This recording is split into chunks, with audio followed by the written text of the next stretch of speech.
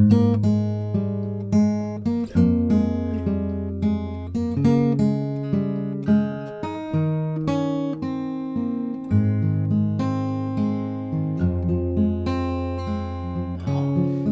little bit of right hand. Now, you'll notice the way that I'm holding my pick, right? Holding my pick. I'm going to go to desk. Desk, right? And the way that I've got my hand is kind of like how I'm holding a pencil. From different angles, that's how I'm holding my hand, and I have my fingers down like this, right? I don't have it like this, and I'm not gripping the pick like this.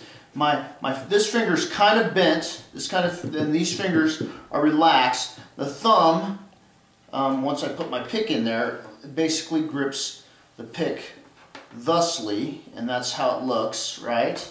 And different angles, right? And you'll notice how much pick there is there. There's very, very little pick, just like the edge of a pencil.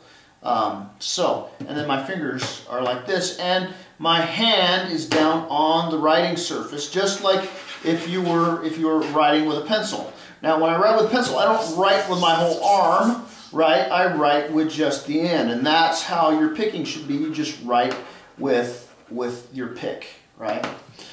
Anyway, I'm going to take this, and we're going to go and see how low, and a different angle there, different angle.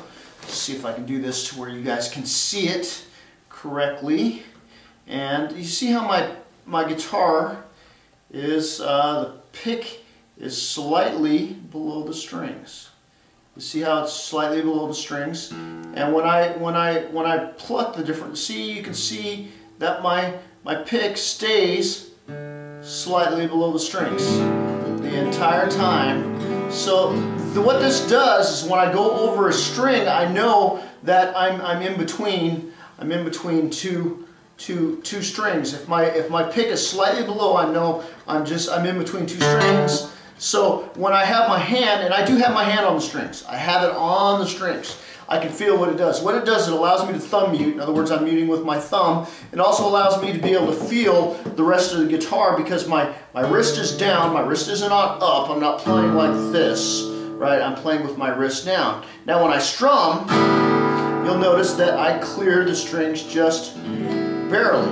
This is more for my electric guitar players, but it does apply to my acoustic guitar players. And that's basically the thumb muting technique and directional picking. Directional picking, the law of directional picking states that if I'm going from a low string to a high string, it's one movement. Now you'll notice it's not my wrist, right? It's my arm that's moving, right? Okay, the other rule is if I'm going from a lower string to a higher string, it's one movement. So if I'm doing a scale,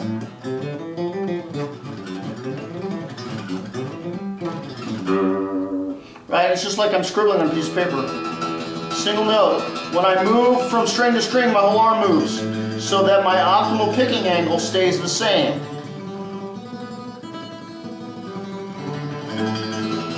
Okay, that is directional picking. Thumb muting comes to where if I am playing the guitar, and if I go from this string, I can't thumb mute because there's no strings over here, right?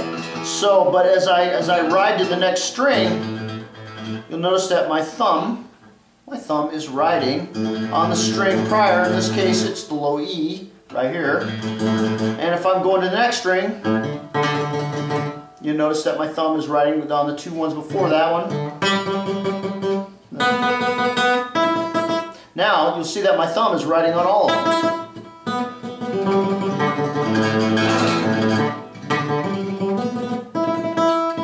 This is much more pronounced on an electric guitar with lots of high gain because a guitar with a lot of high gain is like a high-spirited horse. You guys have probably heard me say this before.